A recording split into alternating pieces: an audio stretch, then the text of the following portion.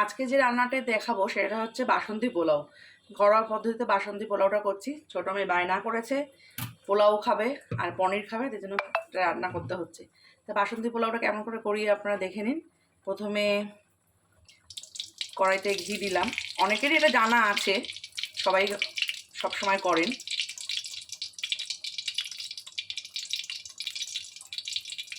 তারপরে তেজপাতা দেব, একটু আদা লঙ্কা কুচি রেখে সেটা দেবো ওর মধ্যে। আর এখানে দারচিনি লবঙ্গ এলাচ আছে, লবঙ্গ এলাচ কাজু বাদাম কিশমিশ কেশর আছে, এটাও দিয়ে দেবো। কাজু বাদাম কিশমিশটাও দিয়ে দেবো। একবারে নাড়াচাড়া করে এটা একটু ভাজা ভাজা হয়ে গেছে। তারপরে আমি যে চালটা ধুয়ে রেখেছিলাম সেই চালটা এবার দিয়ে দেবো।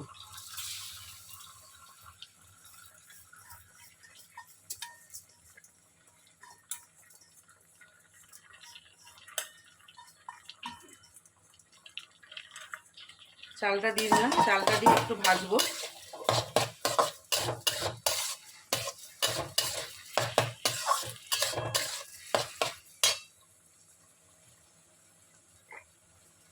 কেশরটা দিয়েছিলাম, কেশরটা দিয়ে দেবো। পরিমাণ মতন নুন দেব,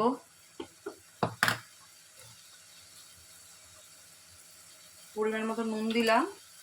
আর হচ্ছে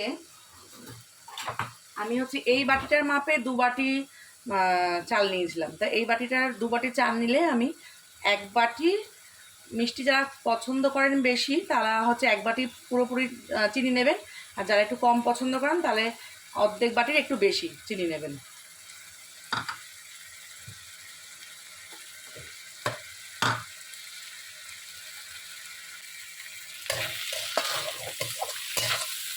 চালটা একটু ভেজে নিচ্ছি।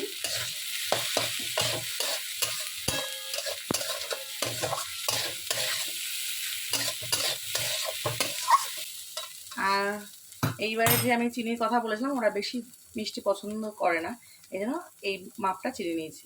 কিন্তু 2 বাটি চাল হলে 1 বাটি চিনি নেবেন।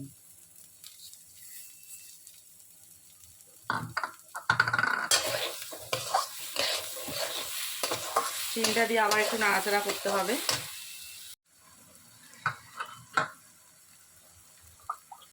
এই বাটির মাপে আমি 4 বাটি জল দেবো। চাপাটা এবার খুলছি। চাপাটা খুলে রাখলাম। দেখুন পোলাওটা আমার পুরো রেডি হয়ে গেছে। কিন্তু এই যে পোলাওটা কিন্তু ঝরঝরে পোলাওই মতন হয়ে গেছে, দেখতে পাচ্ছেন পোলাওটা ঝরঝরে হয়েছে। বাসন্তী পোলাও আমার রেডি। এর সাথে আরেকটা পনির আইটেমও করবো।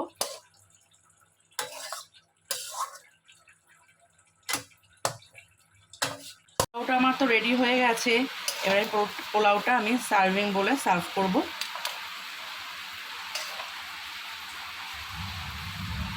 ঝরঝরে হয়েছে কেমন।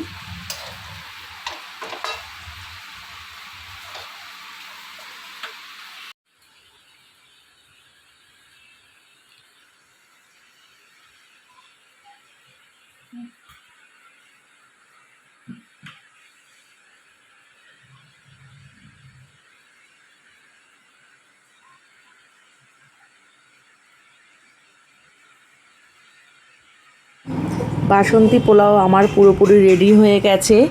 এটি চিকেন কষা, মটন কষা, আলুর দম, পনিরের সাথে এটি খেতে খুব ভালো লাগবে। আপনারা রান্নাটি করে দেখবেন। যদি ভালো লাগে ইন্দ্রাণী ভালোবাসার সংসার চ্যানেলটিকে please like, comment, share, subscribe করে দেবেন।